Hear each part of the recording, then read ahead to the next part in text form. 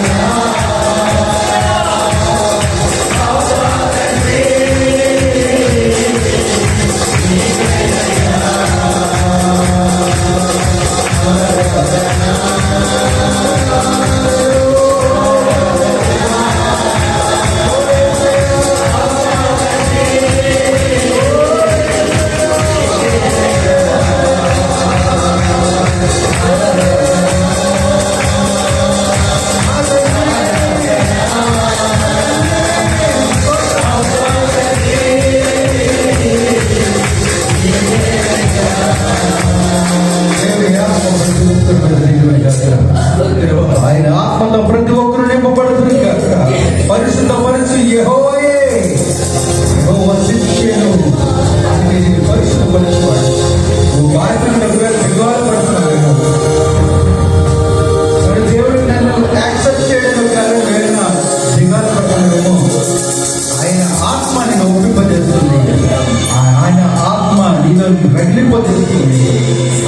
ఆత్మయే నిన్ను బలపరుస్తుంది.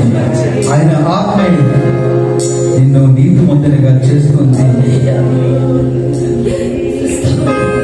నాయనానికి స్తోత్రం తండ్రి. ప్రభా ఏ పాటి వారము తండ్రి, వారు ఏముందని ఆయన మా కొరకు ప్రాణం పెట్టడానికి వచ్చారు ప్రభా. ధూళి వంటి వారు, ఎందుకు పనికిరానంటే వారు ప్రభా. అయినప్పటికీ పెంట గొప్పలు బెదిరించిన ఆయన మమ్మల్ని లేవనెత్తుతావు. మన ఏ అర్హత ఉందండి ఆయన మా కొరకు పరలోకం సిద్ధపరిచండి. మన ఏ అర్హత ఉందని ప్రభా ఆయన మాకు సింహాసనం ఇస్తారన్నావు. ఆయన మా జీవితాలు ఏ పాటికి ప్రభా, ఆయన మా జీవితాలు ఏ పాటికి ఆయన ఇంకా నీకు వ్యతిరేకమైనటువంటి దుష్ట స్వభావం మాలో ఉందేమో ప్రభా. నీకు ఇష్టమైన స్వభావం మాలో నీ మాటలతో నాయన నా హృదయాన్ని నింపండి ప్రతి ఒక్కరు అడగండి. ఆయన నీకు స్తోత్రం. ఆరాధనలో దేవుడు నీతో మాట్లాడతాడు. ఆయన నిజముగా వెతికేవారు నిజంగా దేవుడిని కనుగొంటారు.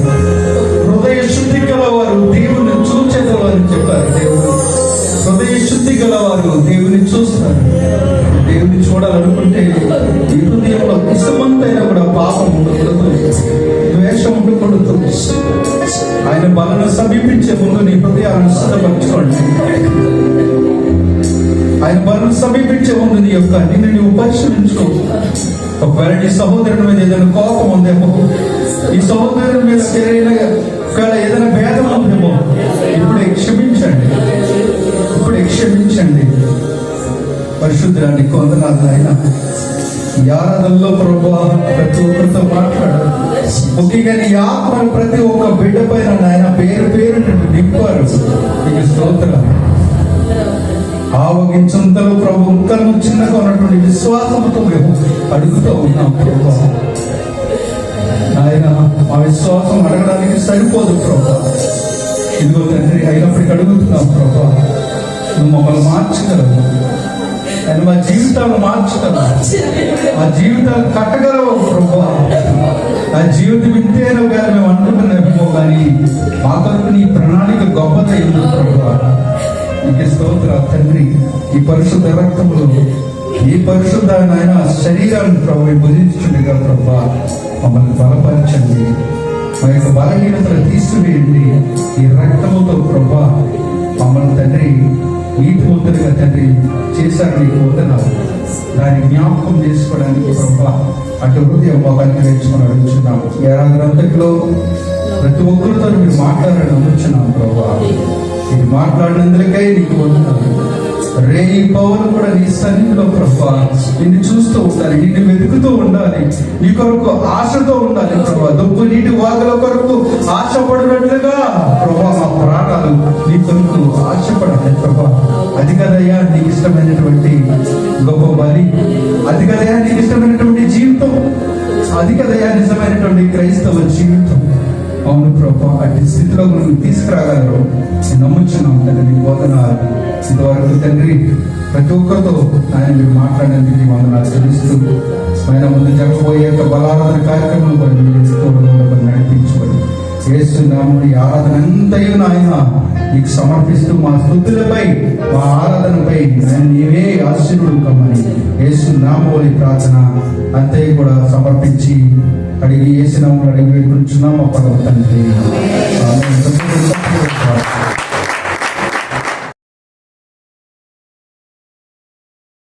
నెలలో మనల్ని కాచి కాపాడి 8వ నెలలో సజీవులుగా ఆయన సన్నిధిలో మనము స్తుతించడానికి ఆరాధించడానికి ఆయన ఇచ్చిన గొప్ప భాగ్యానికై దేవునికి కృతజ్ఞతాస్తుతులు చెల్లిస్తూ కూడి వచ్చిన మీ అందరికీ దేవుని పేరిట వందనాలు. హల్లెలూయా. మన సంఘంలో ఫ్యామిలీస్ తోటి దేవుడు నింపుతున్నాడు కదా, ఇంకా అద్భుతంగా సంఘాన్ని నింపునుగాక. హల్లెలూయా. పోయిన వారము మనం ఎక్కడ ఉన్నాం? కానీ ఇక్కడే ఉన్నాం అంటారు. ఏ వాక్యం ఏమండి? ఏ వాక్యాన్ని మనం చూసుకున్నాం?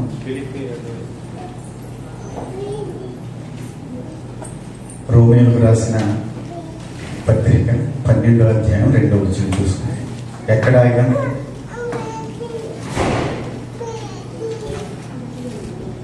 చూసారా? దయతో రాసుకోవటానికి ప్రయత్నించాను. అంత గొప్ప వాక్యాలు కాదండి అనుకోవటానికి కాదు. దేవుడు ఏదో ఒక వాక్యంతో మనతో మాట్లాడతాడు. హల్లెలూయా. ఈరోజు ఫోను స్నేహితుల డే కదా, మారుమోగిపోతుంది. అవునా కదా? అంటే ఎవరిలో ఉన్నారంటారు? నిజమే.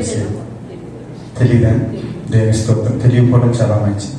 ఇంతకుముందే ఎమ్మానేల్ గారు కూడా చెప్పారు, స్నేహితుల డే కదా, ఫ్రెండ్స్ డే. మనం తెలుసా? మీకు ఎంతమంది తెలుసు ఫ్రెండ్స్ డే? చాలా మంది తెలుసు, కానీ సహోదరికి తెలియదంట. దేని స్తోత్రం. హల్లెలూయా. 1930లో వచ్చిందంట అది. కానీ ప్రతిదానికి డే ఉంది తెలుసా మీకు?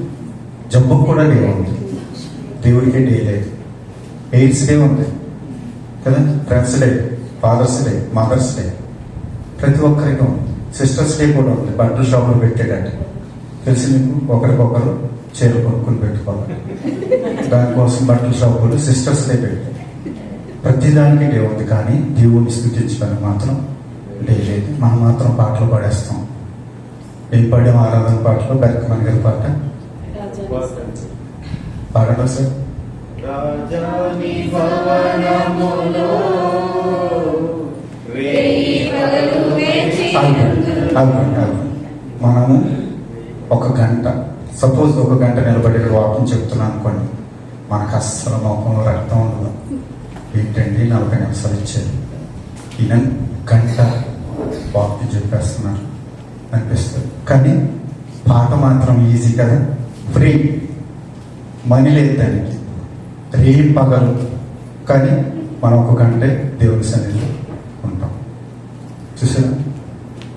అపోస్తలుడైన పౌలు అంటాడు రోమీయులకు రాస్తూ, కొరింథీయులకు రాస్తూ, 1 కొరింథీయులకు 13వ అధ్యాయము 10వ వచనంలో అంటాడు.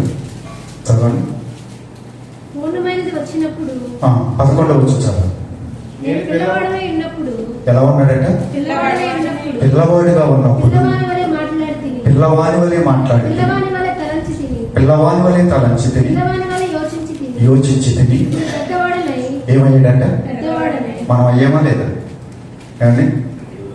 అయ్యామా లేదా? పెద్దవాడిని అయ్యి ఏమయ్యాడంట? పిల్లవాని శ్రేష్ఠులు మానివేసి, పిల్లవాని శాస్త్రులు మానేళ్ళంట. చూసారా? నాకు చాలా ఇష్టమైన పాట, కానీ ఆ పాడేటప్పుడు నన్ను నేనే గద్దించుకున్నాను. రేయి పగలు నేను దేవుడి సన్నిధిలో ఆరాధన చేయలేము. చూసాను? ప్రతి దానికి కూడా సందర్భాన్ని బట్టి మనం వెళ్ళాలి. కానీ అలా చెప్పామనుకోండి బాధ అనిపిస్తుంది కదా. ఎప్పుడైతే మన వాక్యంలోనికి వెళ్తామో వాక్యం మనతో మాట్లాడతాం. చాలాసార్లు మనం పాట పాడుతూ ఉంటాం. ఆ పాటని నేనే మార్చేసి రాసేద్దాం అనుకున్నాను. రాజు రాబోతున్నాడు అని పాడుతుంటారు కదా కదా. ఆయన రాజుగా వచ్చేసాడు ఆల్రెడీ, కానీ కొదమసింహంగా రాబోతున్నాడు. అలా పాడాలి. కానీ మనం ఎలా పాడుతున్నాం అండి? పాడండి ఒకసారి. రాజుగా మరి ముందు వచ్చుచున్నాడు. వచ్చిన ఆయన ముందు కూడా వచ్చాడు. భూతిలో రాజు ఎక్కడ పుట్టాడని అడిగారు. చూసారు? ఆశ్చర్యం వేస్తుంటుంది. ప్రతి మాట కూడా మనకి ఆశ్చర్యం వేస్తుంటుంది, కానీ దాన్ని అంతగా తీసుకోము, కానీ పాడేసుకుంటూ ఉంటాం.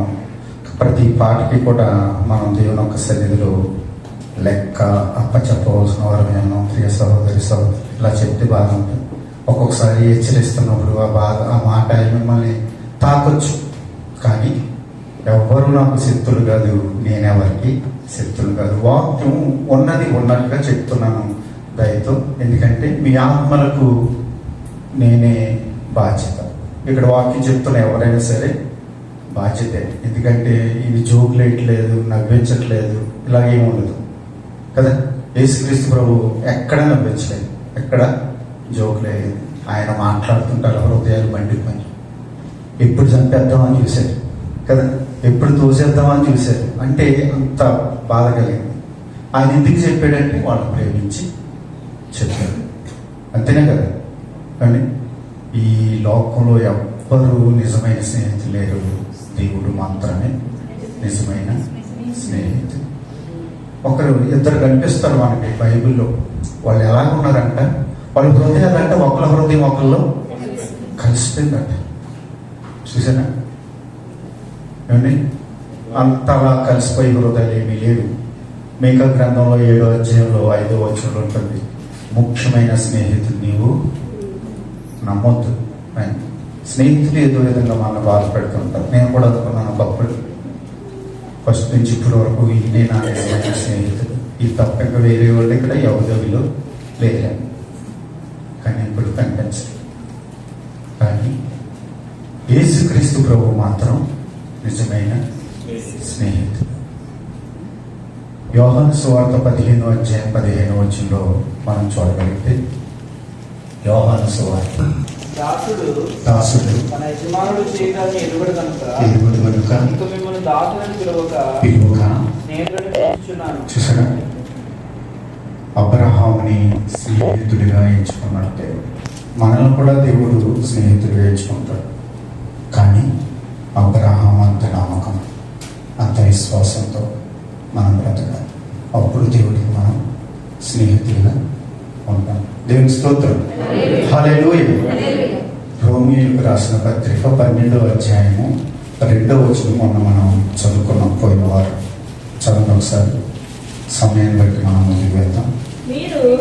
మీరు ఈ లోక మర్యాదను అనుసరింపక, ఈ లోక మర్యాదను అనుసరింపక ఉత్తమమును అనుకూలమును సంపూర్ణమై ఉన్న దేవుని చిత్తమేదో పరీక్షించి తెలుసుకున్నట్లు మీ మనసు వారి నూతనముట వలన రూపాంతరం పొందుతామంట. రూపాంతరం పోయిన వారం చెప్పే, ఒక గొంగళ పురుగు దాని రూపాన్ని మార్చుకుని చిత్తకొక చిలుకుగా మారుతుంది అని. ఎవరైతే రక్షణ లేదో ఈరోజు వారు రక్షించబడటానికి, దేవుని యొక్క పరిశుద్ధమైన వాళ్ళకు సమీపించడానికి ప్రయత్నం చేయండి. దేవుడు పదే పదే మనతో మాట్లాడుతున్నాడు. రేపు మనది కాదు కదా, మన హృదయం మారిపోవాలి. ఎందుకంటే ఈ హృదయం మంచిది కాదు. యెహెజ్కేలు గ్రంథము 36వ అధ్యాయము 26వ వచనం, 36:26 యెహెజ్కేలు గ్రంథం చదవండి. దేవుడి దగ్గరికి వస్తే కనుక మన హృదయాన్ని మార్చేస్తాడు. నూతన హృదయం మీకు ఇచ్చేదను, నూతన స్వభావం మీకు కలుగజేసేదను, రాతి గుండె మీలో నుంచి తీసివేసి మాంసపు గుండె మీకు ఇచ్చేదను. చూసారా, మనది ఏమైందంటే లోకంలో తిరిగి తిరిగి తిరిగి బండకు పారిపోయింది. ఈ బండ పారిపోయిన ఈ హృదయానికి వాక్యం కావాలి కదా. వాక్యం ఎటువంటిదన్నా అంటే శుద్ధి వంటిది. ఇటువంటి హృదయానైనా మార్చేస్తుంది. స్టువర్టపురం సుధాకర్ గారని, ఆయన దొంగతనాలు చేసేవాడు, తక్కువ అయితే చేసేవాడు కదా, బ్యాంకు లూటీ చేసేవాడు. అటువంటి వ్యక్తి సువార్తికుడే. ఆ ఊరికి ఏదో పేరుందట, కానీ స్టువార్ట్ అనే ఆయన ఇంగ్లాండ్ నుంచి అక్కడి నుంచి వచ్చి అక్కడ సువార్త చేయడం వల్ల వాళ్ళు మారారు. కాబట్టి ఆ సేవకుల పేరు అక్కడ కట్టుబడ్డారని చెప్తారు. ఆ ఊళ్ళందరూ మారిపోయారు. చూసారు సువార్తకి ఎంత శక్తి ఉందో. కానీ మనం మారిపోయామనుకున్న వాళ్ళు మారలేదు అనుకున్న వాళ్ళు కూడా మారటం లేదు కదా. ఎంతవరకు మారే ఒకసారి ఆలోచన చేద్దాం. ప్రియ సహోదరి సహోదరులరా, నికోదేము అప్పటికే ఇజ్రాయేలుకి బోధకుడుగా ఉన్నాడు. కానీ రాత్రిపూట యేసయ్య దగ్గరికి వచ్చి సరే, యోహాను సువార్త 3వ అధ్యాయం నుంచి మనం చూడగలిగితే, యోహాను సువార్త చదవండి. యూదులు అధికారి అయిన నికోదేమును పరిసయ్యుడొకడు నిశ్చయముగా ఆయన యొద్దకు వచ్చి, వచ్చి బోధకుడా, బోధకుడా, నీవు దేవుని యొద్ద నుండి వచ్చిన బోధకుడు అని ఆ, మేము ఎరుగుదుము. మేము ఎరుగుదుము. దేవుడు అతనికి తోడై ఉంటేనే గాని నీవు చేయుచున్న సూచక్రియలను ఎవడనూ చేయలేదని ఆ, ఆయనతో చెప్పాను. ఆయనతో చెప్పాను.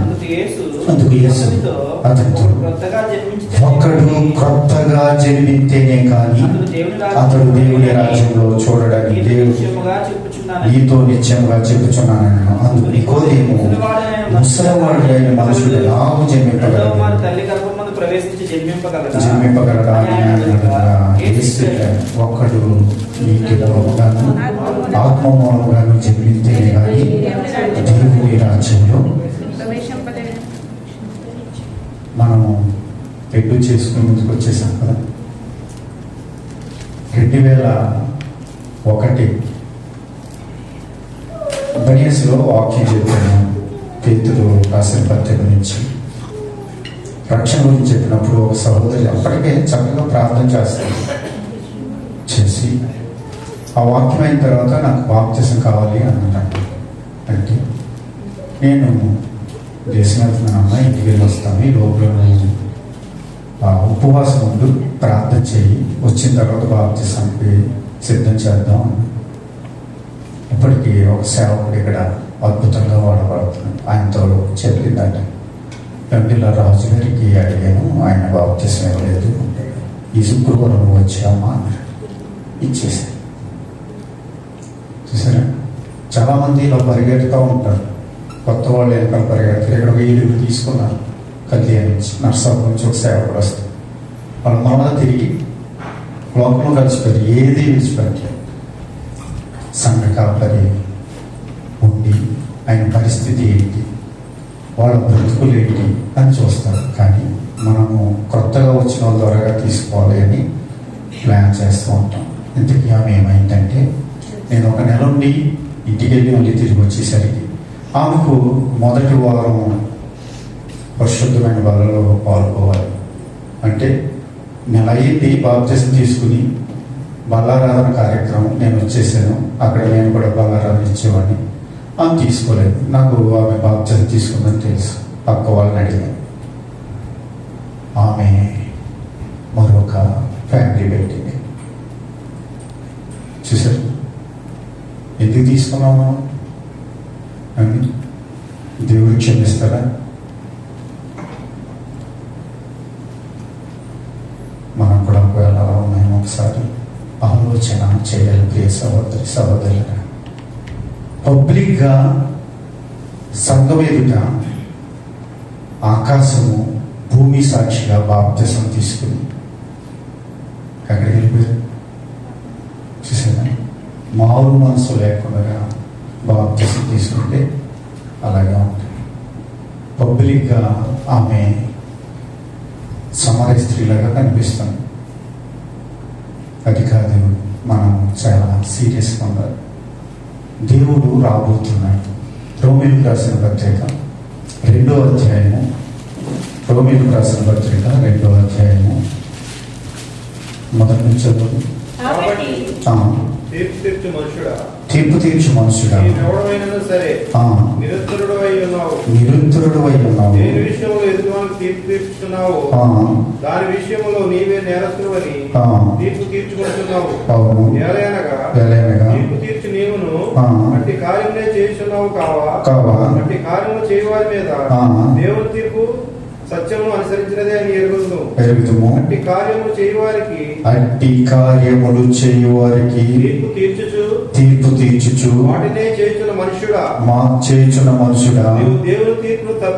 నీవు దేవుని తీర్పును తప్పించుకుందువా అనుకుందువా, లేదా దేవుని అనుగ్రహమును మారు మనసు పొందుటకు నిన్ను ప్రేరేపించుచున్నదని ఎరుగక ఆయన అనుగ్రహైశ్వర్యమును సహనమును దీర్ఘశాంతమును,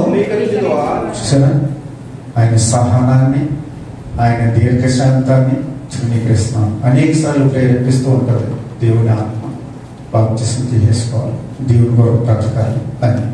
కానీ లోకము మనల్ని లాగేస్తూ ఉంటుంది. చాలా కాలం నుంచి మనకు తెలుసు దేవుడు కానీ ఇంకా దేవునికి దూరంగానే మనం ఉంటున్నాం. కానీ ఆయన రోషము కలిగిన దేవుడు. ఆయన ఎప్పుడు వస్తాడో మనకి తెలియదు. కాబట్టి సమయం ఉండగానే మనం మన ఇంటిని చక్కబెట్టుకోమని దేవునికి వాక్యం సెలవిస్తుంది కదా. ఆయనంటే ప్రతిరోజు మన వాక్యం నిలబడి మన హృదయమని తలుపుని తట్టుచున్నాడట. అయినా కానీ మనం తలుపు తీయట్లేదు. హృదయాలు బండబారిపోయింది. అందుకే ఆయన దగ్గరికి వస్తే ఈ రోజైనా ఆయన అంటున్నాడు, నీకు రాతి హృదయాన్ని తీసివేసి మాంసపు హృదయాన్ని నేను ఇస్తాను అంటున్నాను. కాబట్టి ఒప్పుకోవడానికి మనం ఛాన్స్ దేవుడు ఇస్తున్నాడు, కానీ మనం ఒప్పుకోలేకపోతున్నాం కదా. యోహాను రాసిన మొదటి పత్రిక పోయిన వారం మనం చదివే యోహాను రాసిన మొదటి పత్రిక 1వ అధ్యాయము 9వ వచనం చదివండి. మన పాపములను మనం ఒప్పుకున్న ఎడల మన పాపములను మనం ఒప్పుకుని ఎడల నమ్మదగిన వాడును, ఆయన ఎలాంటి వాడట? నమ్మదగిన వాడు, నీతిమంతుడు కనుక మన పాపము క్షమించి క్షమించి సమస్త దుర్నీతి నుండి సమస్త దుర్నీతి నుండి మనలను పవిత్రులుగా చేయును. మనలను పవిత్రులుగా చేస్తాడట. పవిత్రులుగా వాక్యం మన హృదయంలో కావాలి. వాక్యం అనే జ్ఞానం మన హృదయంలో ఉండాలి. అప్పుడే మనం ఒప్పుకోగలం కదా. బుద్ధి జ్ఞానంలో సర్వ సంపదలు ఆయన యందు గుప్తమై ఉన్నాయట. ఆ బుద్ధి కావాలి. మనం బుద్ధి లేకుండా మనం దేవుడి దగ్గరికి రాలేము కదా. చాలామంది బైబిల్ ఫ్రీ వస్తే బాగుంటుంది అన్నమాట కదా. చాలామంది ఫ్రీ వస్తే బాగుంటుంది అన్నమాట బైబిల్ కొంటారు. కానీ దేవుడు ఏమంటున్నాడంటే సామెతల గ్రంథము 4వ అధ్యాయము 7వ వచనం చదవండి. సామెతలు జ్ఞానము సంపాదించుకున్నటయే జ్ఞానము సంపాదించుకున్నటయే జ్ఞానమునకు ముఖ్యాంశం. జ్ఞానమునకు ముఖ్యాంశం. ముఖ్యాంశము నీ సంపాదన అంతయు ఏంటంటే ఈ సంపాదన అంతయు నీ సంపాదన అంతయు ఇచ్చి ఇచ్చి బుద్ధి సంపాదించుకోను. ఎంత ఇస్తున్నాం? ఒక ఆయన రీసెంట్గా చెప్తున్నారు, ఆన్లైన్లో బుక్స్ అంటే 14 లక్షల రూపాయలు పెట్టి ఖరీదు చేస్తారు. మీ అందరికీ తెలిసిన దానేశ్వరుడు ఒక సైట్లో అంటే ఇంకా ఎన్నో సైట్లు ఉన్నాయంటే అందులో మరి ఎంత ఖరీదు చేస్తాయి. మదర్ అనేది అనమాట. ఇందులో ఈ బుక్స్ కొనుక్కున్నాం. ఎవరైనా చచ్చిపోయిన తర్వాత చెప్పుకుంటూ ఉంటారు, ఈయన చాలా సంపాదించాడండి అని. కానీ ఒక ఆయన చెప్తున్నాడు, మా మామయ్య గారు ఆస్తి సంపాదించలేదు కానీ బైబిల్కి సంబంధించిన బుక్స్ మాత్రం మంచి సంపాదించి పెట్టారు. చూసారు, మనం దీన్ని కనుక జ్ఞానంగా పొందుకోవాలి అంటే దీనికోసం మనం సంపాదన ఇవ్వాలట. మనం కనీసం బైబిలే తీసుకోం కదా. బైబిల్ కొరకే మనం ఎవరైనా ఫ్రీ ఇస్తే బాగుంటుందేమో అని ఆలోచన చేస్తాం. కానీ వాక్యందుకు చదవమ్మా. దాన్ని గొప్ప చేసిన ఎడల దేన్ని చదవండి, చదువు. దాన్ని గొప్ప చేసిన ఎడల దాన్ని గొప్ప చేసిన ఎడల నిన్ను హెచ్చించును. ఏం చేస్తుందట? హెచ్చించును. మీ అందరికీ తెలుసు దానిశ్రీ గారి గురించి కదా. లక్షల జీతాన్ని పెట్టుకుని అమెరికా వెళ్ళి మళ్ళీ అక్కడ స్టడీ చేసి ఇప్పుడు ఇండియాలో పరిచయం చేస్తున్నాం. చాలా సూపర్ పరిచయం. ఇప్పుడు ఇండియాలో మోస్ట్ వన్ స్పీకర్గా ఉన్నాడు. అన్ని చోట్ల వాడబడుతున్నాడు. ఒక్కసారి కనుక జ్ఞానాన్ని కనుక మనం దానికోసం కష్టపడితే అది ఏం చేస్తుందట? చదవండి ఇంకా. దాన్ని కౌగలించిన ఎడల దానిని కౌగిలించిన ఎడల నీకు ఘనతను తెచ్చును. ఘనతను తెచ్చును. అది నీ తలకు అందమైన మాలిక కట్టును. అందమైన మాలిక కట్టును. ప్రకాశమానమైన కిరీటమును ప్రకాశమానమైన కిరీటం నీకు దయచేయును. దయచేయండి. చూసారా, జ్ఞానాన్ని కనుక మనం పొందుకోవాలని ఆశపడితే, జ్ఞానం దగ్గరికి కనుక మనం వస్తే, ఆ బుద్ధిని సంపాదించుకుంటే నిన్ను హెచ్చించి ప్రకాశమైన మాలిక కట్టుతాడు. చూసారు, దేవుడు అలా అద్భుతంగా వాడుకుంటాడు. దేవుడి దగ్గరికి వచ్చాం. మనం ఇంకా దేవుడికి దూరంగా వెళ్ళిపోవాలనుకుంటే ఏమీ కాదు. ఇందాక సహోదరులు చెప్పారు కదా, మురికి బట్టలతో వచ్చాడు కదా, చాలా పంచుకుని వెళ్ళిపోయాడు. తప్పిపోయిన కుమారుడు అని పేరు పెట్టే మనం కదా, తినడానికి ఆహారం లేదు. తండ్రి దగ్గరికి వెళ్తే పనివాడిలాగా ఉండాలి అనుకున్నాడు, కానీ తండ్రి దూరంగానే చూశాడట.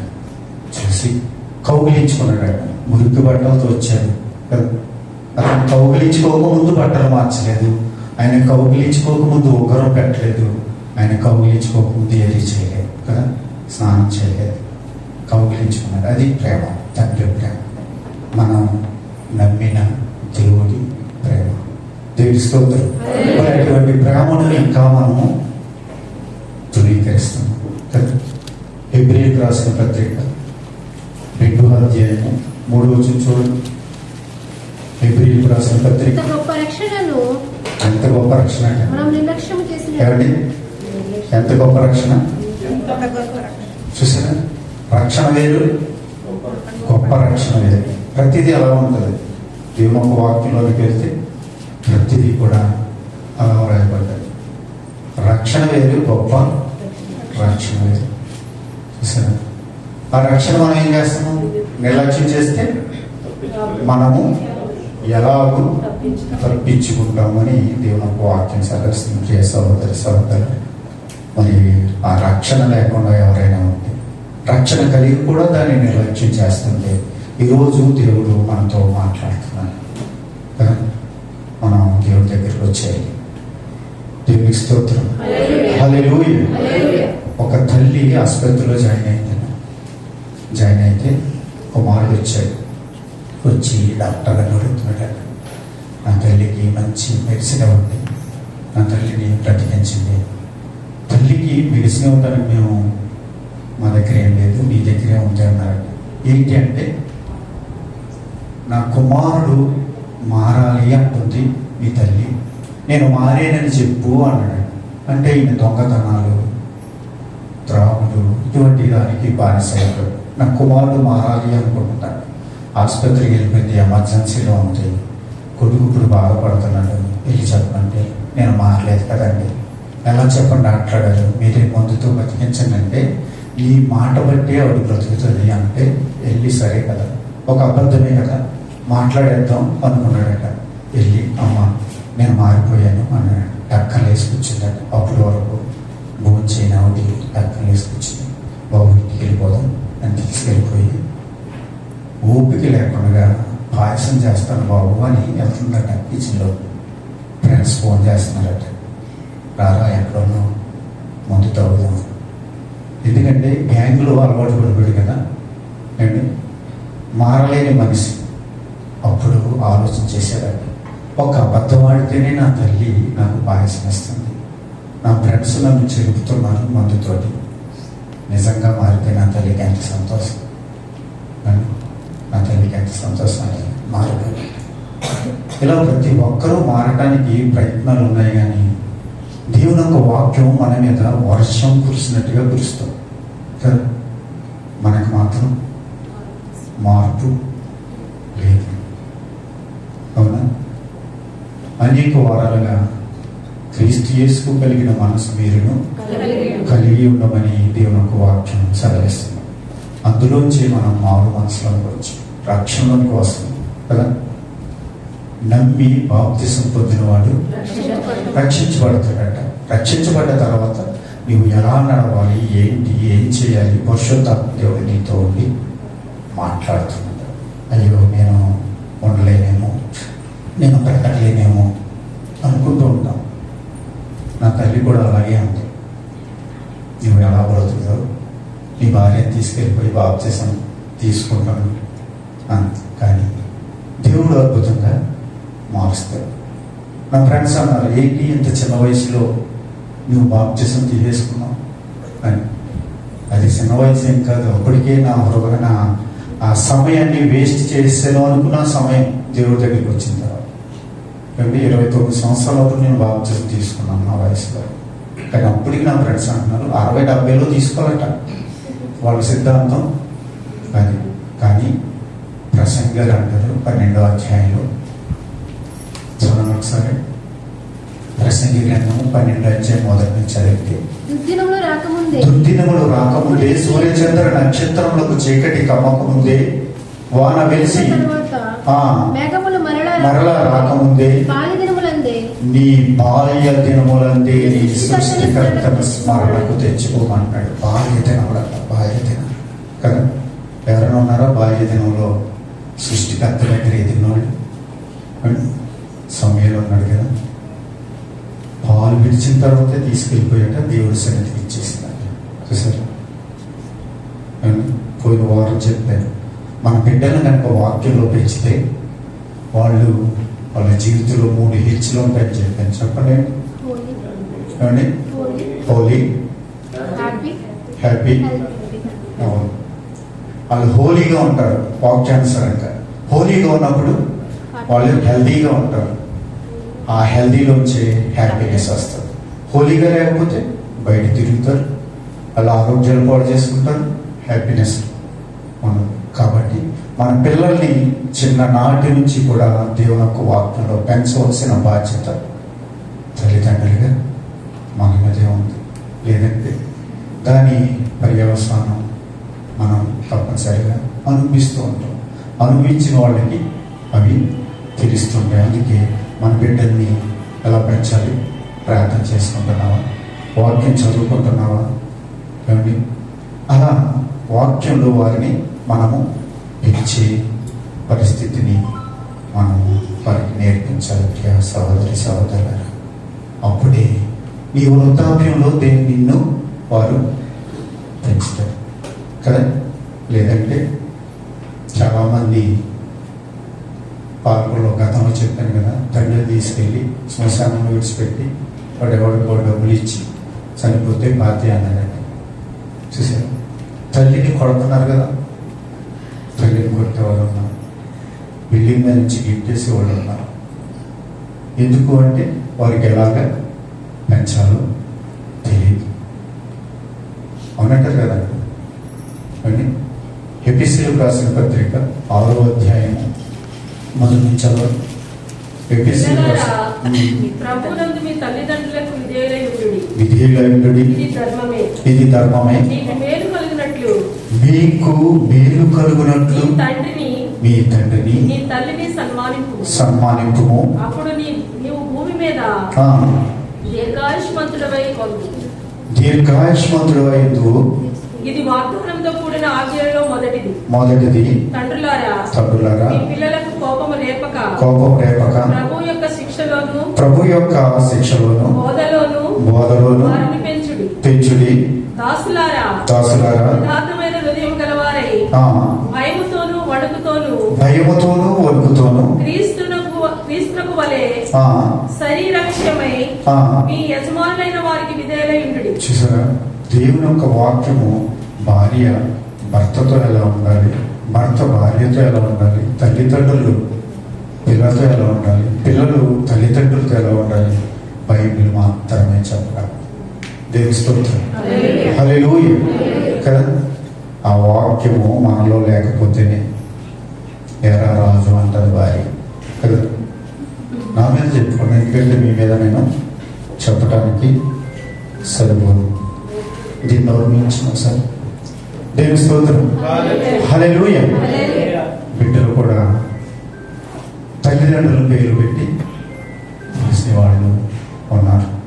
ఎందుకంటే భయము లేదు. ఆ భయము కావాలంటే బుద్ధి జ్ఞానంలో సర్వసంపదలైన దేవుని యొక్క వాక్యంతో మనము బిడ్డల్ని పెంచాలంటే ముందుగా మనం నేర్చుకోవాలి. మనము దేవుని యొక్క రక్షణ ఉండాలి. అప్పుడే మన బిడ్డలు రక్షణలోనికి వస్తారు. ప్రియ సహోదరి సహోదరులరా, కాబట్టి మనము మారు మనసుకు తగిన ఫలాలు ఫలించాలి. మారు మనసు పొందితే మనలో ఫలాలు కనిపిస్తూ ఉంటాయి. ఆ ఫలాలు ఉన్నాయో లేదో మనల్ని మనమే పరీక్షించుకుని చూసుకోవాలి. విశ్వాసం కలవారమై ఉన్నామో లేదో మనమే పరీక్షించుకోవాలి. అపోస్తలుడైన పౌలు రాస్తూ కొరింథీయులకు రాసిన 2వ పత్రిక 13వ అధ్యాయము 5వ వచనంలో ఈ విధంగా రాస్తారు. కొరింథీయులకు రాసిన 2వ పత్రిక 13వ అధ్యాయము విశ్వాసం కలవారై ఉన్నారో లేదో మీరే మీరే శోధించుకొని చూచుకొని ఎవరంటే పక్కోళ్ళు చోదిస్తారా? కానీ వాక్యం చెప్పేసరికి మనం పక్కోళ్ళు కలుపుకుంటాం. కాదు, మనకే నాకే కదా వాక్యం, నాకును మీకును కూడా కదా. చాలామంది చెప్తారు మీకు మీకు మీరు మీరు అని. మనందరము కూడా పాపులే కదా. ఏ భేదము లేదు, అందరూ పాపం చేసి దేవుడు అనుగ్రహించి మహిమను పొందలేకపోతున్నారు. కాబట్టి మనము దేవుడు మనతో మాట్లాడుతున్నప్పుడు దేవుని ఒక వాక్యాన్ని మన హృదయంలోకి తీసుకోవడానికి, మనం దేవుని ఒక వాక్యానుసారంగా మనం జీవించడానికి ప్రయత్నము చేయాలి. ప్రియ సహోదరి సహోదరులారా, ఈరోజు దేవుడు మనతో మాట్లాడాడు. ఎందుకంటే మారు మనసు లేకపోతే మారు మనసు కోసం మనము ప్రయాసపడడం, మనం మారు మనసు ఉద్దేశం అది గర్వపడుతుంటే ఒకసారి సరి చేసుకుందాం. ఒక పల్లవి చరణం పాడిన తర్వాత ప్రార్థన చేస్తాం. ఓ మానవ నీ పాపం మానవ యేసయ్య చెంత చేరి నీ బ్రతుకు మార్చవా.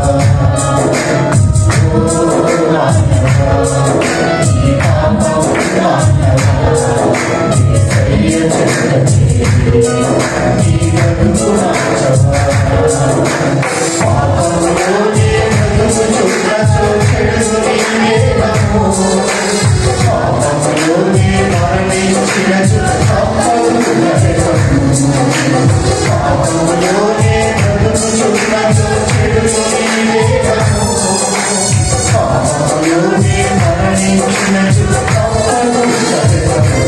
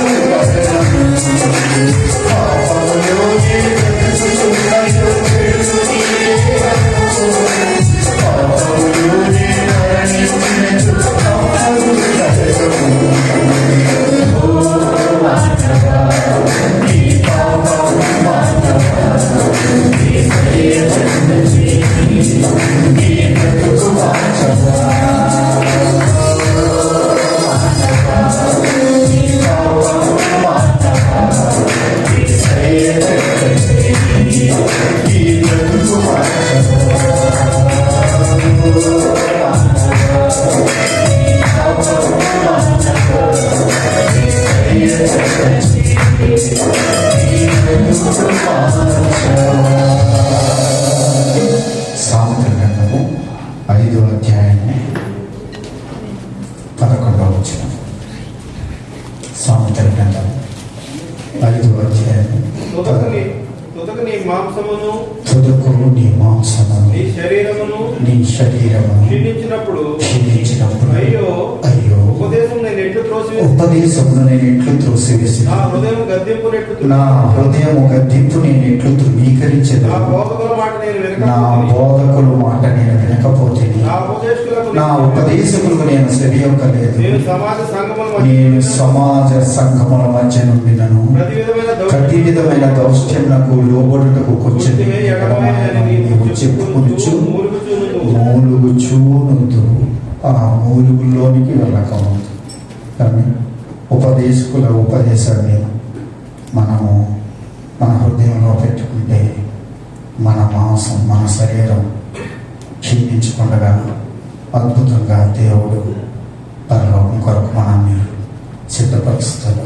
ప్రార్థన చేసుకుందాం. పరిశుద్ధ ప్రేమ కలిగిన తండ్రి, దయగలిగిన ఆయన, కొన్ని నిమిషాలు నీ మాటలు నైనా నీ బిడ్డలో ముందుంచాను ప్రభు.